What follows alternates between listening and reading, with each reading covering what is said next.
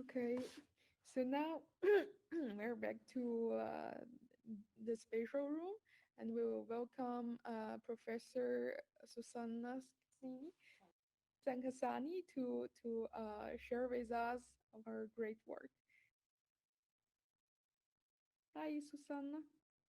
Hi, everybody. Hi, welcome. Let me watch at you for a while. How you are cute with your wings and the pink hair. I never been at a conference with people so well dressed. So, please let me know if you are still there, if you're still alive. Let's try some tricks. So, please, everybody, uh, play one on your keyboard. Okay, you are able to do this? Okay. And space bar for jumping. Space bar. Okay, I see that somebody is still alive. Great, great. So this is actually great. So we can go on with the speech, and as you see here, my speech is about Hero's Crown. We are going to discover what is it. First, obviously, we have start from our situation in these days because we are just after in the in I can say in our path during the pandemic, and what has taught us the pandemic about education. We have seen that perhaps in a new, unexpected way, how contemporary universities are facing a really very fast changing context. It is, in my opinion, a very confused context in our specific dimension. I please everybody keep your hands away from the slides so I can manage it. Thank you so much. I was saying that for sure we are in Sorry, a also, confused context. Sorry. sorry if I interrupt you. I also ask to the people to sit, please, except the one for that are helping as a staff, but for the others, I really ask you to sit down. Thank you very much. And don't click on the central area to change the slides. Only the professor can do it during the presentation. Otherwise, um, it it's really interrupting for and not polite for our panelists. Thank you very much. Yes, but I can understand because it's very difficult to understand that what you as participants are doing on the slides is the same that everybody is seeing. So please do not move in any way the slides. Very well. So I was saying that for sure we are in a confused context, but we are anyway able to see, to identify some main force lines in this situation. First, all we working in higher education are observing the totally collapse of historical borders between the different educational sectors, curricular, life learning studies, professional development, specialization. The borders between educational sector have never been so vanishing as they are now. And second, for sure, we are observing a lowering of entry barriers, both for students, but also for supply actors. We are seeing a lot of new actors in the tertiary education environment. Please, please, with these slides. And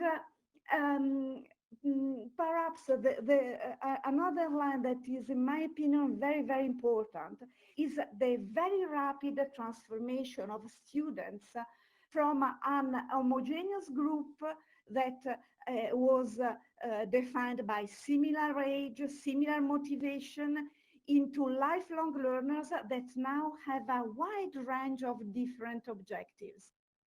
So what is happening with this new rapidly changing situation? That there is I can say, a growing demand of something different.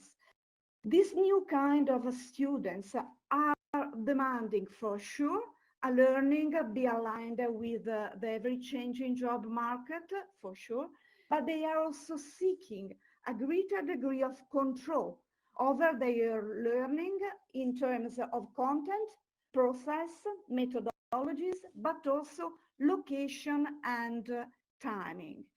And the result is an emerging demand of a blended and hybrid educational model.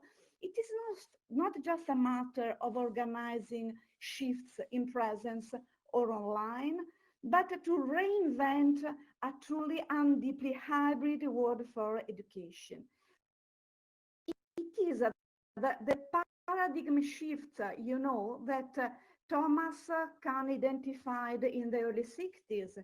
But it is interesting to see that more or less in the same years, Arthur Koestler, with his act of creation, tells us that the creative ideation is the result of a bisociation, that is the crossing, you see here, the crossing between two self-consistent and totally independent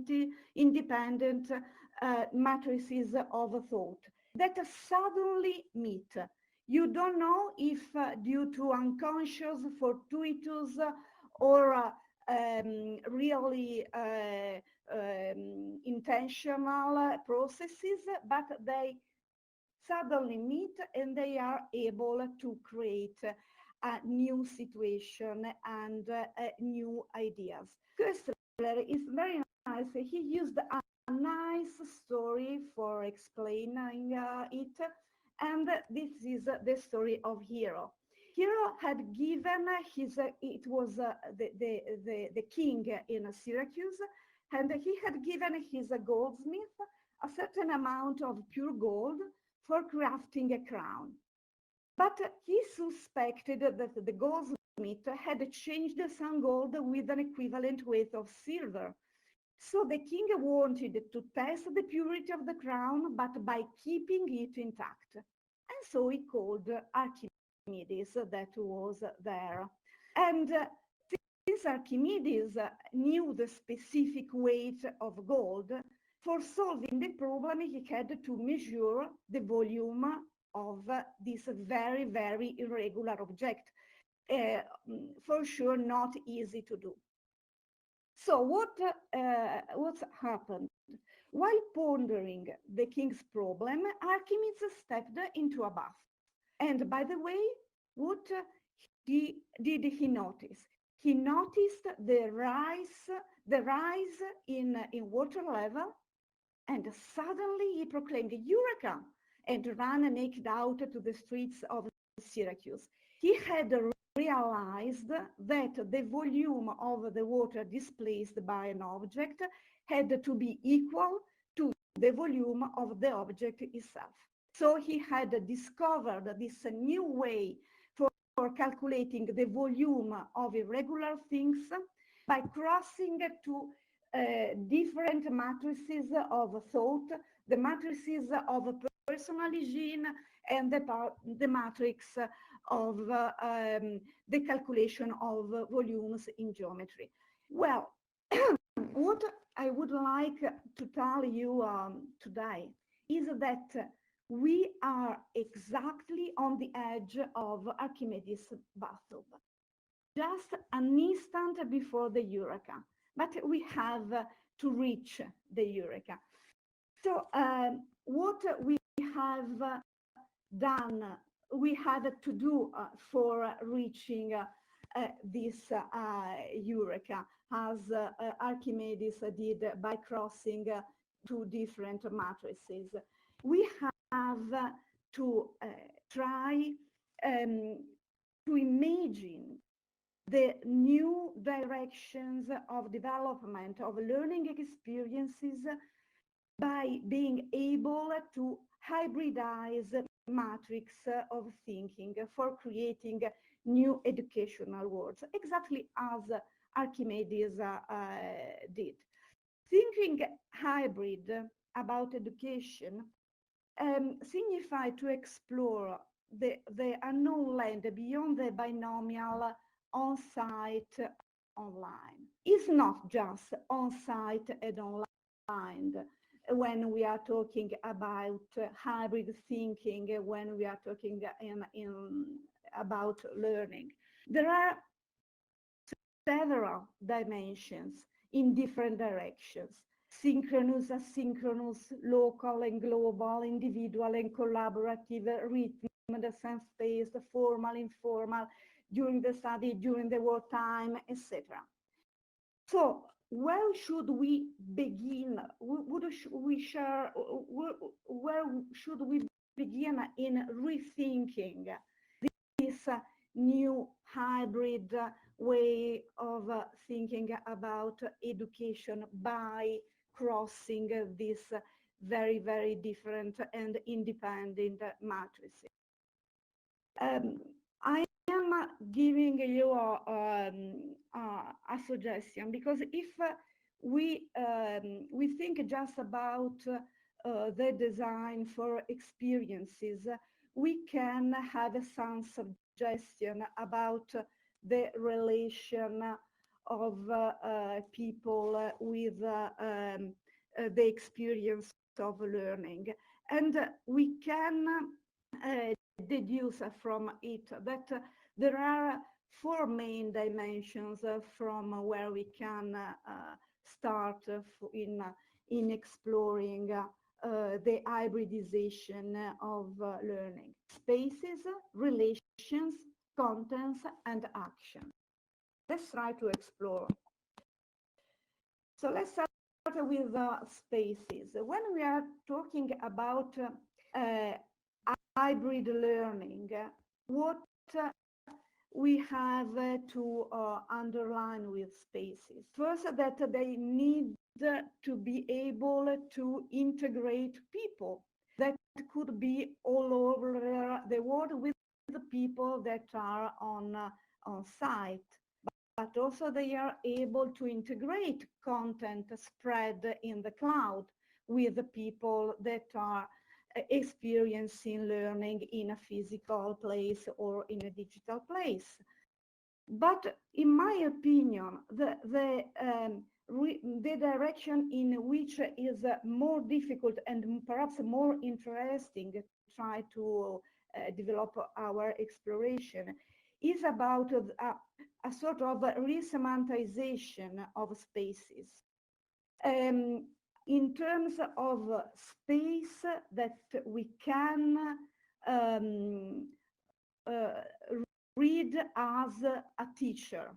How can we make students feel the genius loci in the sense of the spirit of the place and be able to learn from it? How we have to shape environments in order to make them really a part of the teaching learning experience. How we can make real and touchable and everybody able to feel the genius loci, the spirit of a place. This is, in my opinion, perhaps the most interesting dimension that we have to explored, talking about places in a new hybrid panorama of teaching and learning. But we have also a lot of other interesting directions. For example, relations. Relations in an hybrid context need new possibilities to be defined dynamically in real time in relation to the different learning moments, users, and situations. For example, a teacher working in a large environment has to be captured for a closer contact, both from people on site and from people online. Or a student contributing to a lesson need his or her place on the hybrid learning stage. And again, when a teacher is writing on a board, I need to reduce his or her proximity because in that moment, the content is more relevant than the teacher. On the other hand, I need to improve the proximity to teachers and to other students with different languages by let them express in his, her own language. Or I could need to facilitate the learning-oriented connections in a large global learning network. You see, in a word, in a hybrid learning context, in a hybrid learning context, we had to face the challenge to design new ways for providing dimming, increasing, diminuing, as we need, levels of proximity for teacher to students, for students to students, for students to their side world, with a new concept of flexibility of the proximity that nowadays it is not available. In the meantime, contents developing day by day as immersive contents, as we are seeing now in this conference, need absolutely to reduce the cognitive and ergonomic friction that now is very hard. We have seen it here today. And a big thank to Anna Barbara that as first speaker have solved the cognitive friction for all of us. But you see, when we go towards immersive contents, for sure we have to develop our ability to diminishing very, very fast the cognitive and ergonomic friction that nowadays they are offering us. I am talking about hardware and hard software when we are talking about immersive contents. And this is a very interesting design challenge for our future scenarios to be solved. We have to find ways for reaching a frictionless experience with hyper contents. We are not there now, but we have to reach this objective. And also about actions. About actions, the problem is that we have already a lot of very interesting interactive digital worlds, immersive or bidimensional, but for being actually part of a learning hybrid ecosystem, we need to foster the design and the implementation of really actionable digital world. because if I can provide interactive word, it could be very, very interesting. But how I can foster learning experiences in these words? I can do it only if we are really able to foster the educational interaction features, and it is not evident what's it means in these days. We have to imagine it for our future. So hybrid thinking at the end is a new paradigm that will shape all the dimensions of future learning features of spaces, relations, contents, and actions.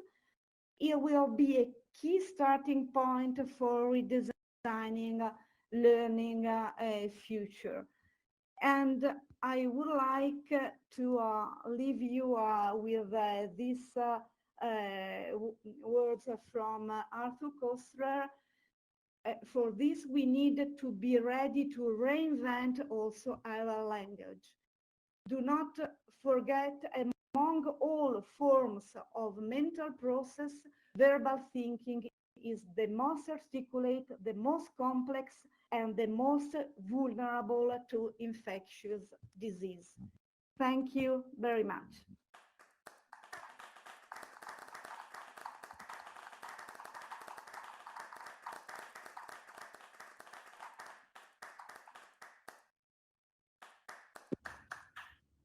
So now Okay, we thank you so much,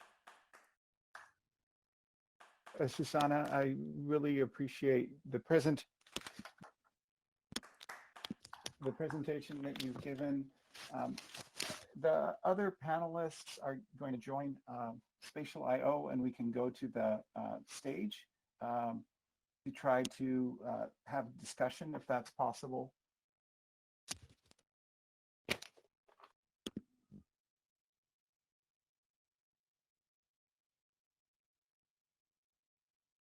So welcome, Professor Peter Bishop, Anna, and also Doris Pavnik. So let me ask Doris and Peter, are you able to join us on Spatial I/O?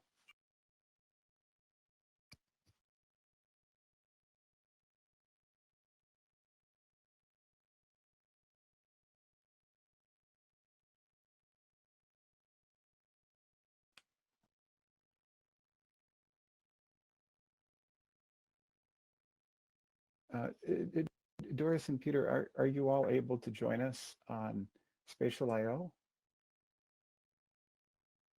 Oh, I see Peter. Okay, perfect.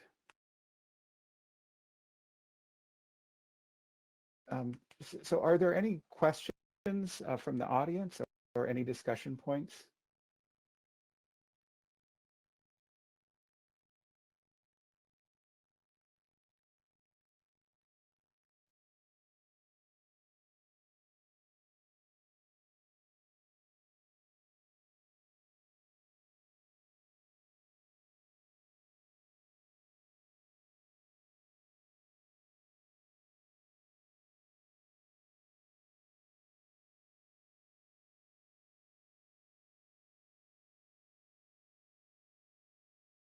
Okay.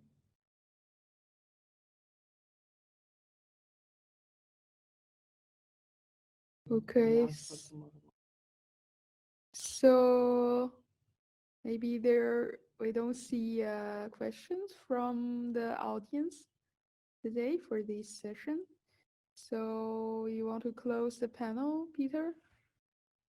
Sure. So I'd like to thank everybody, especially the people that came to hear this panel on futures of design education. I'd like to thank the panelists for their incredible presentations. I'm sure we'll have much to think and talk about in the coming future. So thank you all for participating, and I'd like to sort of ask the panelists if they have anything that they would like to add. So Susanna or Peter or Doris.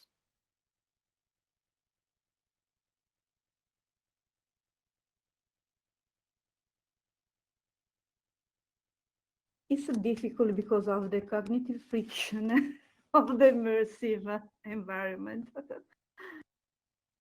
I would say something. First of all, thank you very much to all, but probably there is a sort of inhibition actually on this environment that for most of us is the first time we are in metaverse, and we should be focused on say something intelligent to communicate with all of you. So if there is no question, maybe we can finish the session today, and maybe for tomorrow some question will arrive from this session, having just the night between, and we can eventually collect the question and use them for the sessions tomorrow, if you agree. Okay, well, thank you very much. That sounds like a very good suggestion. So thank you, everybody, and we'll see you again tomorrow at the International Conference for Design Futures.